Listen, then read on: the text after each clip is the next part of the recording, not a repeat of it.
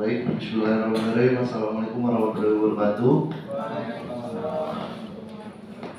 Selamat pagi Bapak Ibu dan rekan-rekan sekalian. Mohon izin kami dari kelompok 1 akan mempresentasikan master plan yang telah kami diskusikan bersama 3 orang. Kemudian untuk selanjutnya presentasi yang akan disampaikan oleh pemateri. Terima kasih untuk moderator atas waktunya. Di sini kami akan mempresentasikan tahapan analisis existing dan perumusan konsep dari master plan. Yang pertama yaitu analisis existing terkait dengan aspek demografi, di mana di aspek demografi ini dapat dilihat bahwa usia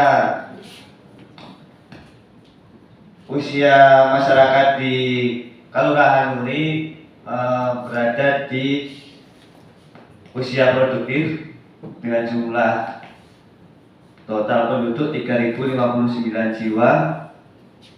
Kemudian untuk usia produktif yaitu 21 tahun sampai dengan 51 tahun berada di atas 250 jiwa.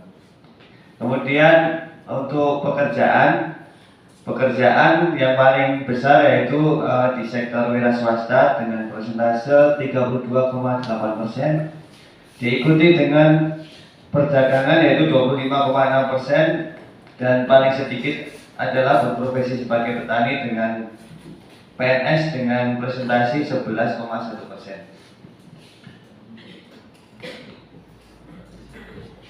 Selanjutnya yaitu analisis situasi existing di aspek ekonomi. Yang pertama yaitu terkait UMKM, di mana di Kelurahan Nuri memiliki kerajinan tosan aji, kemudian keris kayu dan cincin akik sebagai kerajinan lokal. Kemudian di sektor pertanian terdapat buah-buahan, tanaman hias serta biofarmaka. Di sektor pertanian terdapat beberapa sektor pariwisata yaitu Lavatur, kemudian Sendang Pancuran, Taman Anggrek, dan Gua Semar. Analisis selanjutnya yaitu mengenai aspek infrastruktur dan fisik. Yang pertama terkait jalan dan akses transportasi, di mana jalan utama memiliki lebar 4 meter dengan kondisi sudah diaspal. Kemudian untuk jalan lingkungan sebagian sudah rusak dengan lebar 2 sampai dengan 3 meter. Kemudian akses menuju lokasi wisata kondisinya masih jalan tanah. Kemudian untuk air bersih dan sanitasi, 65% rumah tangga terhubung dengan PDAM, 35% menggunakan air sumur dan air sungai. Untuk sanitasi, 60% memiliki septic tank dan 40% MCK komunal atau WC umum.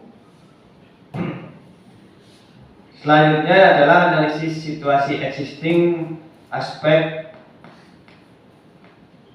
listrik dan energi, di mana 10% rumah tangga berdiri sudah memiliki listrik dari PLN. Untuk telekomunikasi dan internet, sinyal internet kuat di sekitar kelurahan, namun agak susah di area perbukitan, dan 70% sudah terhubung dengan wifi publik. Selanjutnya mengenai analisis SWOT. Yang pertama kekuatan. Yang menjadi kekuatan di Kelurahan Nuri ini adalah potensi alam, yaitu sungai dan lahan pertanian, kemudian keberagaman UMKM dan keterampilan masyarakat. Yang ketiga adalah budaya lokal, yaitu seperti mengerti bumi.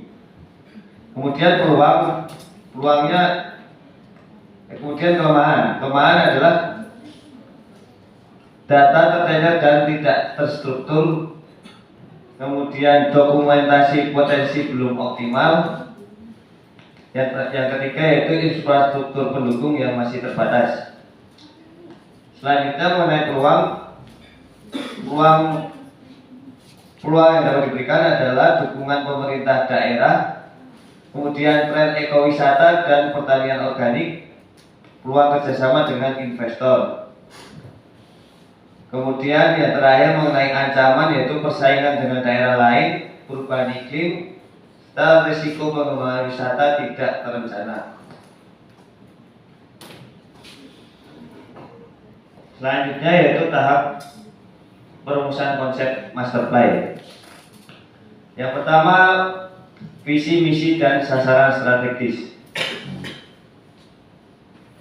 Program master plan ini memiliki visi yaitu terwujudnya Kalurahan Muri sebagai kalurahan mandiri yang sejahtera, berbasis potensi lokal dan berkelanjutan pada tahun 2035. Misi yang pertama yaitu mengoptimalkan pengelolaan sumber daya alam secara berkelanjutan, memberdayakan masyarakat dan mengembangkan ekonomi lokal, melestarikan dan mengembangkan nilai budaya serta kearifan lokal, mengembangkan infrastruktur dan tata ruang yang berkelanjutan, membangun jejaring kerjasama dan kemitraan strategis.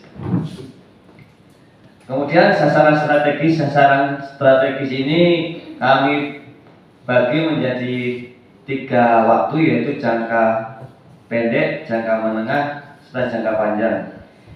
Yang pertama jangka pendek yaitu sasaran strategis 1-2 tahun.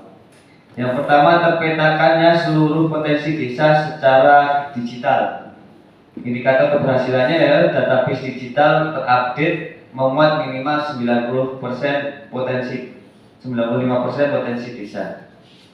Kemudian meningkatkan kapasitas SDM masyarakat.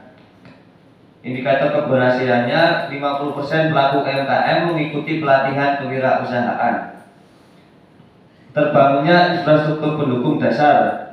3 titik infrastruktur wisata yaitu MCK, jalur pedestrian, kemudian tempat sampah. Yang keempat, teridentifikasinya produk unggulan setiap dusun. 3 produk unggulan terpilih dengan studi kelayakan. Selanjutnya jangka menengah yaitu 3-5 tahun. Yang pertama, meningkatkan pendapatan masyarakat dan dari sektor unggulan.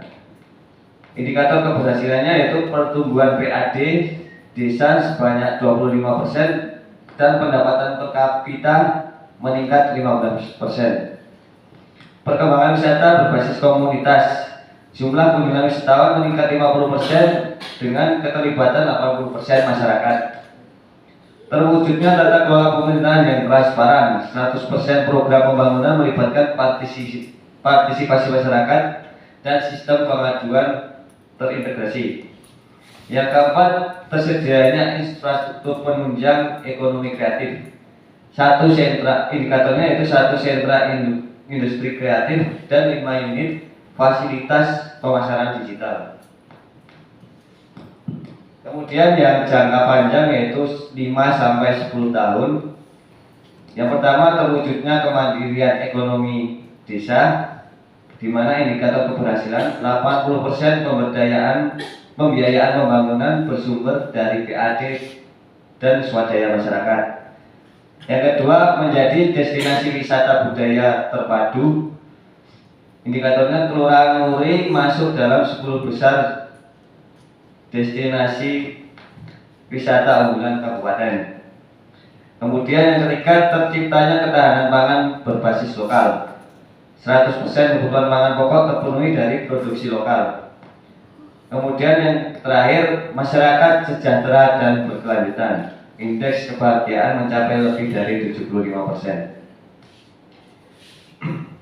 Yang kedua yaitu penyusunan konsep rencana tata ruang Kalurahan Muri. Yang pertama, zona-zona pemanfaatan lahan.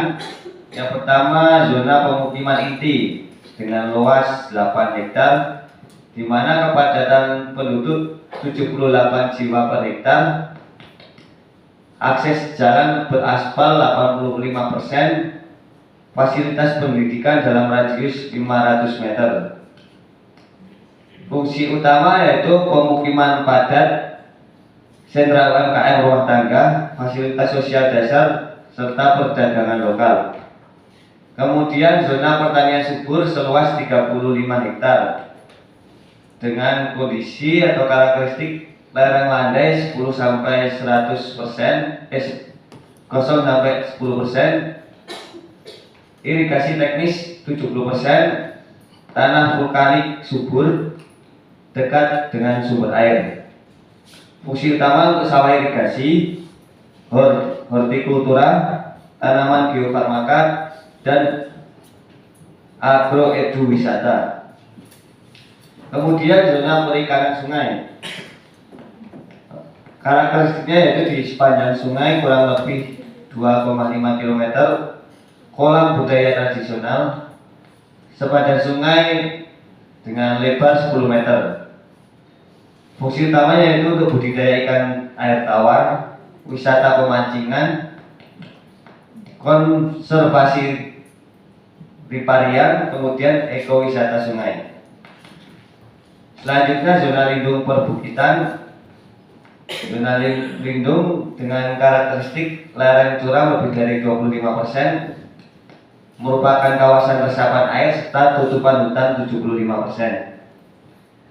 Fungsinya yaitu untuk konservasi air tanah, reboisasi, ekowisata hiking, penelitian ekologi.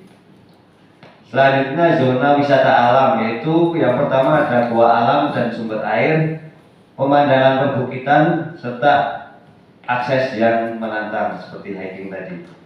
Kemudian fungsinya itu wisata alam, budaya lokal, homestay, serta adventure tourism. Kemudian rencana infrastruktur, yaitu jenis infrastrukturnya yang pertama jalan dan aksesibilitas, di mana rencana pengembangan yaitu pelebaran jalan utama selebar 5 meter, paving blok jalan dusun, jalur pedestrian 1,5 meter, serta 2 unit parking area.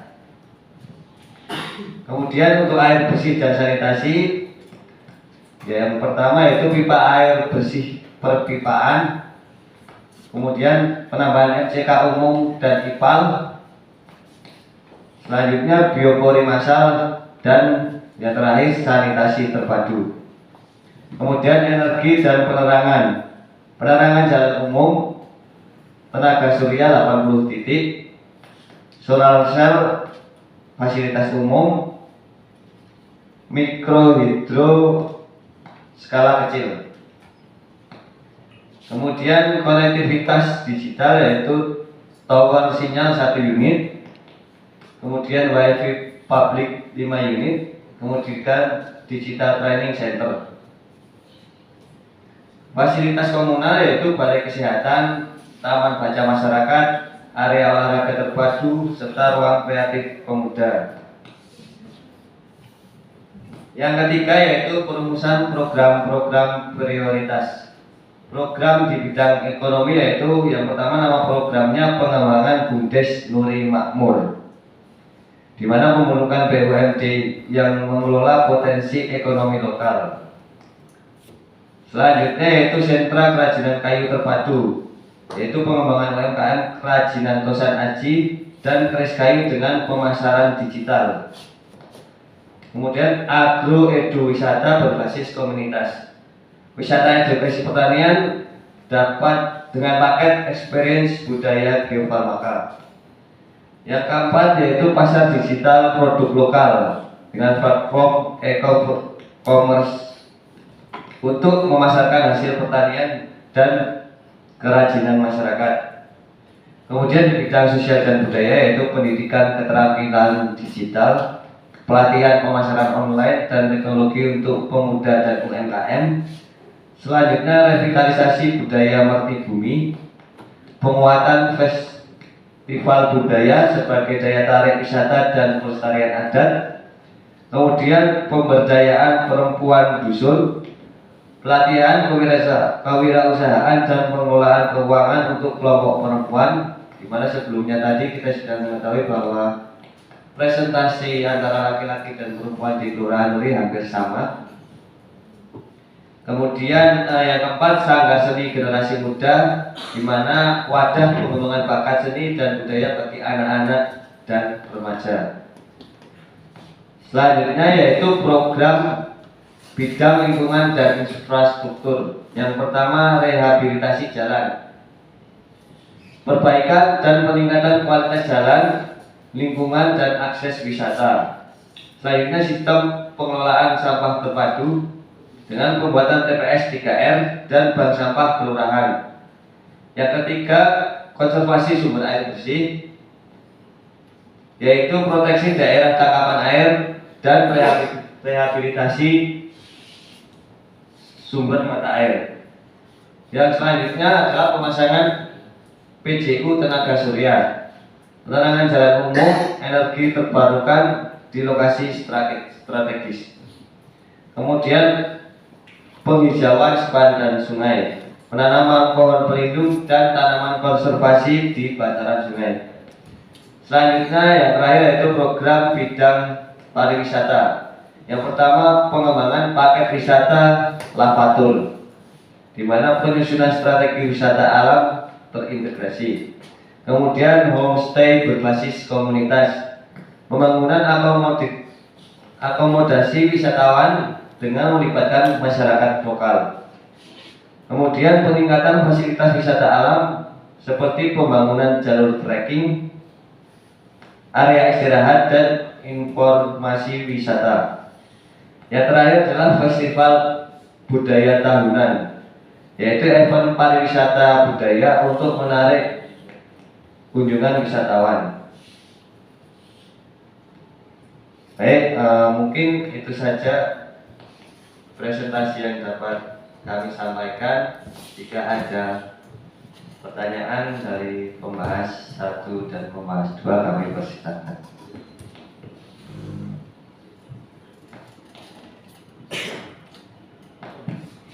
Ya, dipersilakan kepada pembahas 1 untuk memberikan tanggapan. Baik, terima kasih atas kesempatan yang diberikan kepada saya. Sebelumnya perkenalkan, nama saya Satria Cipangestu. Saya ingin menanggapi dari presentasi yang telah disampaikan oleh kelompok saudara. Saya menanyakan di analisis SWOT di bagian threats atau ancaman. Ya, seperti yang kita tahu bahwa setiap gagasan atau proyek yang kita rancang tentunya ada kelebihan dan ada hambatan atau tantangannya atau ancamannya. Nah, dalam hal ini dalam kelompok saudara, kira-kira bagaimana cara meminimalisir atau mengurangi dari ancaman-ancaman yang mungkin terjadi, karena kemungkinan kan ancaman itu dapat menggagalkan suatu proyek yang akan gagas. Terima kasih.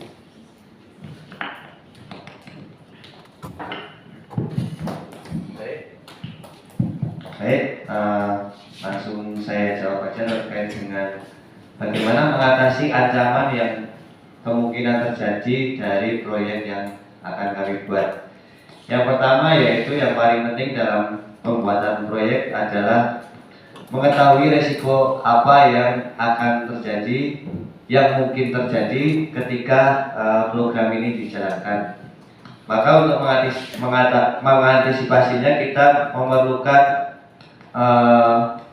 konsep seperti manajemen risiko, di mana kita melakukan penarikan risiko, yang kemudian kita melakukan pencarian solusi mengenai pengurangan atau residu terhadap risiko tersebut, sehingga dapat mengurangi risiko walaupun tidak hilang 100% tapi dapat mengurangi risiko. Seperti misalnya persaingan dengan daerah lain, maka risiko apa yang sering terjadi terkait dengan persaingan dengan daerah lain? Misalkan kalah di strategi marketing atau strategi pemasaran, maka kita harus melakukan evaluasi dulu terkait strategi pemasaran yang sudah ada di desa-desa lain.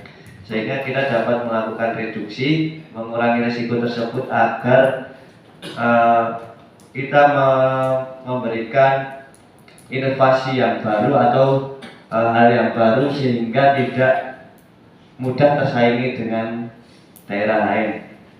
Kemudian untuk perubahan iklim, sama halnya perubahan iklim tersebut dapat diprediksi dengan kondisi mungkin beberapa tahun terakhir, melihat kondisi cuaca seperti apa, kemudian dievaluasi perkiraan cuaca dikombinasikan dengan mungkin perkiraan cuaca dari BMKG.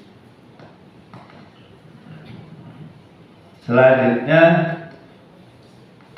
mungkin itu aja Mas terkait dengan risiko pengembangan wisata tidak terencana ini, maka kita harus siap dengan mitigasi risiko. Ketika risiko itu sudah terjadi, maka kita harus siap dengan mitigasi risiko yang sudah terjadi tersebut.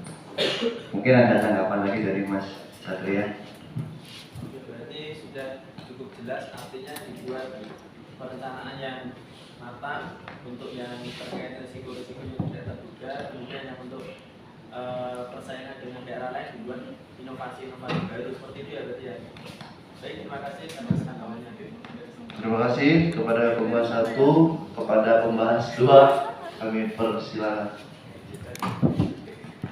Baik, terima kasih atas kesempatan yang diberikan. Yang saya ingin tanyakan, tadi kalian sudah menentukan indikator keberhasilan. Ya. Terus gimana implementasi indikator keberhasilan tersebut dilakukan?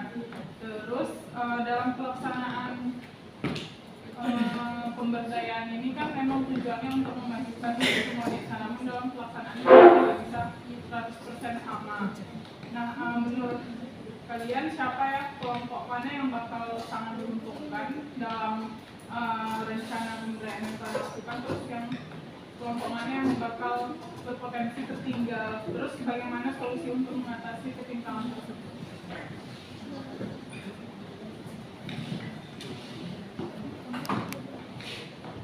Baik, ini indikator keberhasilan yang dimaksud tadi ya.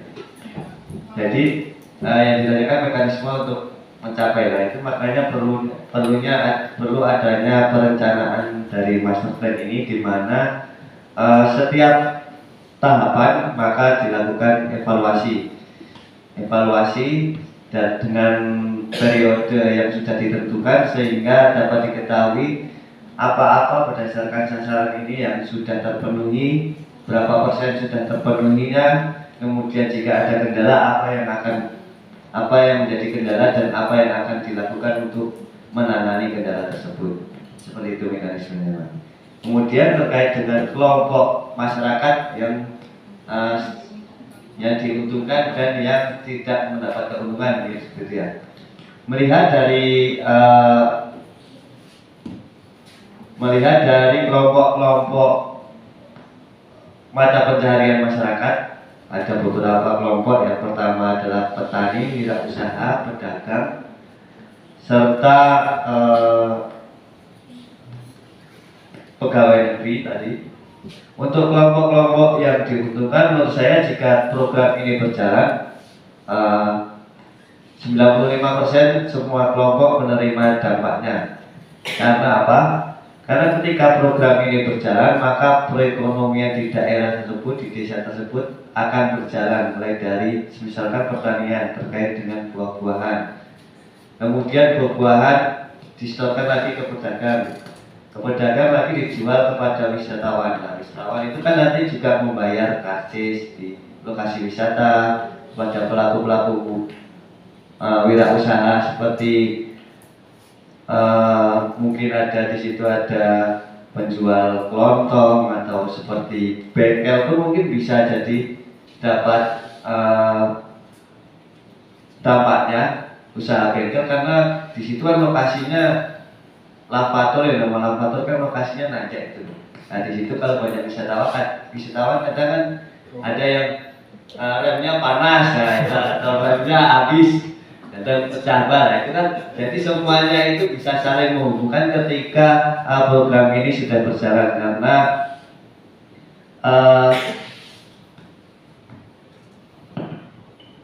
satu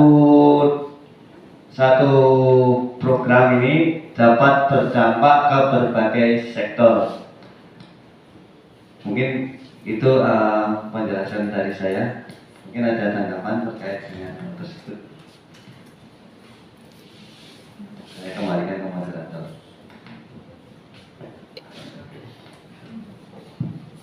Terima kasih kepada pembahas 2 dan terima kasih kepada rekan-rekan yang telah memperhatikan. Mungkin sekian dari presentasi dari master plan yang telah kami buat. Baik salah kata kami mohon maaf. Terima kasih atas perhatiannya. Assalamualaikum warahmatullahi wabarakatuh. Waalaikumsalam.